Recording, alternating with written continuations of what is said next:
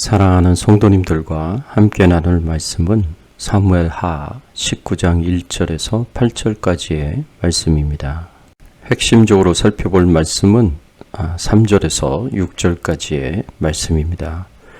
그날의 백성들이 싸움에 쫓겨 부끄러워 도망함같이 가만히 성읍으로 들어가니라. 왕이 그의 얼굴을 가리고 큰 소리로 부르되 내 아들 압살롬아 압살롬아 내 아들아 내 아들아 하니 요압이 집에 들어가서 왕께 말씀드리되 왕께서 오늘 왕의 생명과 왕의 자녀의 생명과 처첩과 비빈들의 생명을 구원한 모든 부하의 얼굴을 부끄럽게 하시니 이는 왕께서 미워하는 자는 사랑하시며 사랑하신 자는 미워하시고 오늘 지휘관들과 부하들을 멸시하심을 나타내심이라. 오늘 내가 깨달으니 만일 압살롬이 살고 오늘 우리가 다 죽었다면 왕이 마땅히 여기실 뻔하였나이다. 오늘 본문의 말씀을 통해서 우리가 생각해 봐야 할 주제는 우리가 하나님 앞에서 어떻게 살아야 하는가입니다. 오늘 본문을 보면서 우리는 다윗이 타락하고 난 이후에 우리아의 아내 밧세바를 범하고 이 사실을 숨기기 위하여 우리아를 죽이는 큰 죄를 짓고 난 이후에 다윗이 젊은 시절 처음 왕이 되었을 때보다 많이 달라졌다라는 것을 볼 수 있습니다. 다윗이 처음 통일 왕국의 왕이 되었던 시절에 다윗이 어떤 사람이었는지에 대해서 평가한 구절이 있습니다. 사무엘하 8장 15절의 말씀에 보면 다윗이 온 이스라엘을 다스려 모든 백성에게 정의와 공의를 행할세라고 말씀하고 있습니다. 우리가 하나님 앞에서 어떻게 살아야 하겠습니까? 우리는 하나님 앞에서 모든 사람들에게 옳은 것과 의로운 것을 행하며 살아야 합니다. 다윗은 모든 이스라엘 백성들에게 정의와 공의, 곧 옳은 것과 의로운 것을 행하였습니다. 그러나 11장에서 다윗이 간음죄와 살인죄를 범한 이후에 다윗의 모습을 보면 다윗은 이스라엘 백성들을 위하여 의로운 것과 옳은 것을 제대로 행하지 못합니다.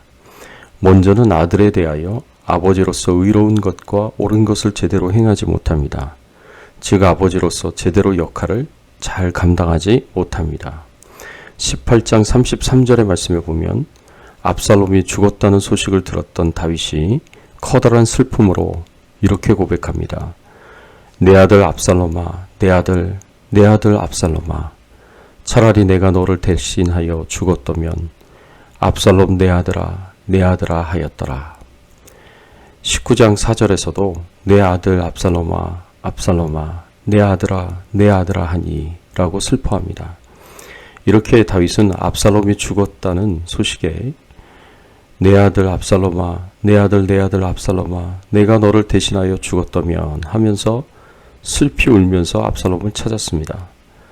다윗의 이런 슬퍼하는 모습을 통해서 볼 때 우리는 분명히 두 가지 사실을 알 수가 있습니다. 첫째는 다윗이 정말로 압살롬을 사랑하였다는 사실입니다.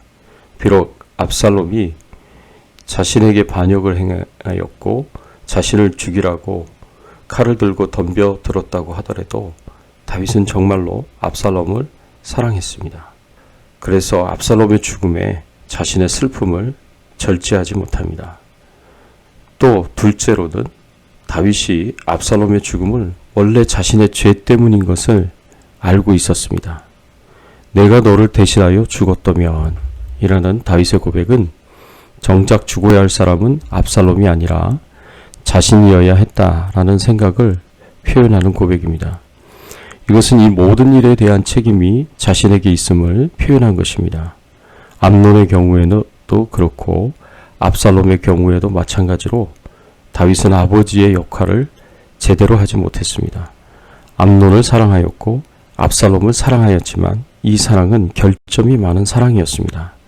암논을 사랑하였지만 암논이 지은 죄에 대해서는 분명하게 책망하고 해결책을 제시하지 못했습니다. 압살롬을 사랑하였지만 압살롬이 지은 죄에 대해서도 분명하게 책망하고 해결책을 제시하지 못했습니다. 이런 다윗의 우유부단하고 분명하지 않은 태도가 압살롬과 암논을 죽음으로 몰아갔습니다. 이것은 분명히 다윗이 자식에게 옳은 것과 의로운 것을 행하지 않은 것입니다. 사무엘상에 나오는 엘리 제사장도 자식들에게 옳은 것과 의로운 것을 행하지 않았기에 자식들이 죽었다는 소식을 들어야 했습니다. 사랑하는 성도 여러분, 우리는 다윗의 경우를 거울 삼아서 우리가 가정에서 자녀들에 대해서 무엇을 해야 하는지를 배워야 합니다. 자녀가 이미 장성하였다고 하더라도 우리는 자녀들에게 계속해서 옳은 것과 의로운 것을 행하여야 합니다. 그들이 하나님 앞에서 올바로 생활하도록, 온전히 믿음 생활을 잘하도록 하나님 앞에 가는 그날까지 가르치고 권면하고 기도해야 할 책임이 있습니다.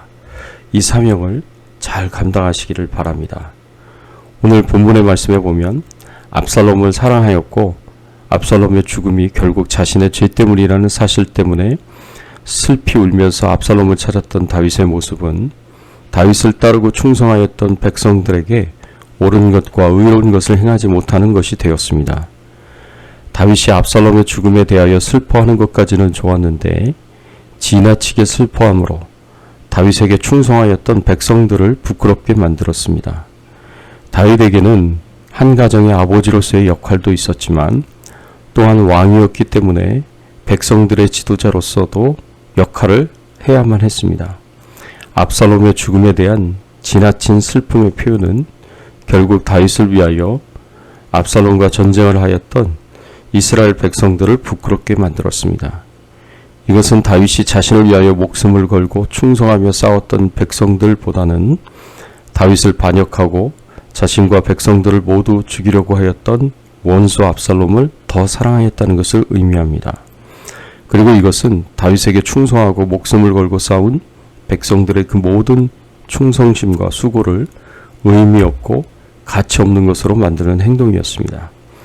이스라엘 백성들로 하여금 내가 왜 다윗을 위하여 싸웠을까? 내가 왜 다윗에게 충성하여 목숨까지 걸었을까? 생각하며 후회하게 만드는 행동이었습니다. 이것은 다윗이 백성들에게 옳은 것과 의로운 것을 행하지 못한 것입니다. 본문에서 다윗이 한 행동으로 인해 이스라엘 백성들이 느꼈던 것을 표현한 말씀을 보십시오. 3절의 말씀에 보면 그날의 백성들이 싸움에 쫓겨 부끄러워 도망함같이 가만히 성읍으로 들어가니라고 말씀합니다. 또 5절과 6절의 말씀에 보면 요압이 집에 들어가서 왕께 말씀드리되 왕께서 오늘 왕의 생명과 왕의 자녀의 생명과 처첩과 비빈들의 생명을 구원한 모든 부하의 얼굴을 부끄럽게 하시니 이는 왕께서 미워하는 자는 사랑하시며 사랑하시는 자는 미워하시고 오늘 지휘관들과 부하들을 멸시하심을 나타내심이라. 오늘 내가 깨달으니 만일 압살롬이 살고 오늘 우리가 다 죽었다면 왕이 마땅히 여기실 뻔하였나이다. 군대 장관 요압이 다윗이 왕으로서 백성들에게 옳은 것과 의로운 것을 행하지 못한 것에 대하여 책망하는 내용입니다. 사랑하는 성도 여러분, 우리가 처한 환경에서 우리에게 주어진 역할을 다 잘한다는 것이 쉬운 일이 아닙니다. 그러나 우리는 다윗의 모습을 통해서 나는 나의 환경 속에서 나에게 주어진 역할을 잘 감당하고 있는가 생각해 보기를 원합니다.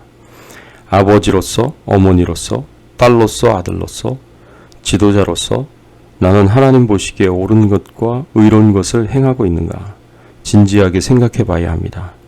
왜냐하면 우리가 그렇게 하지 못할 때 우리는 다윗처럼 언젠가는 후회스럽고 슬퍼할 만한 결과를 얻을지도 모르기 때문입니다.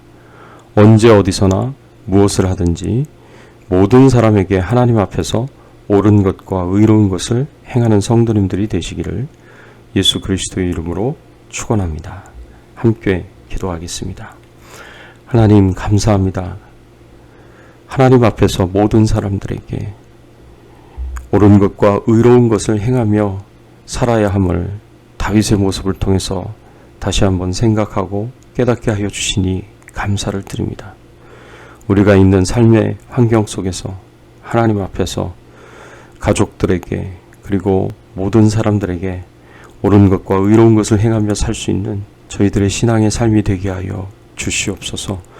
오늘 하루도 주님과 동행하는 하루 되게 하시고 하나님께 영광을 돌릴 수 있도록 인도하여 주시기를 소원하오며 예수 그리스도의 이름으로 간절히 기도드리옵나이다.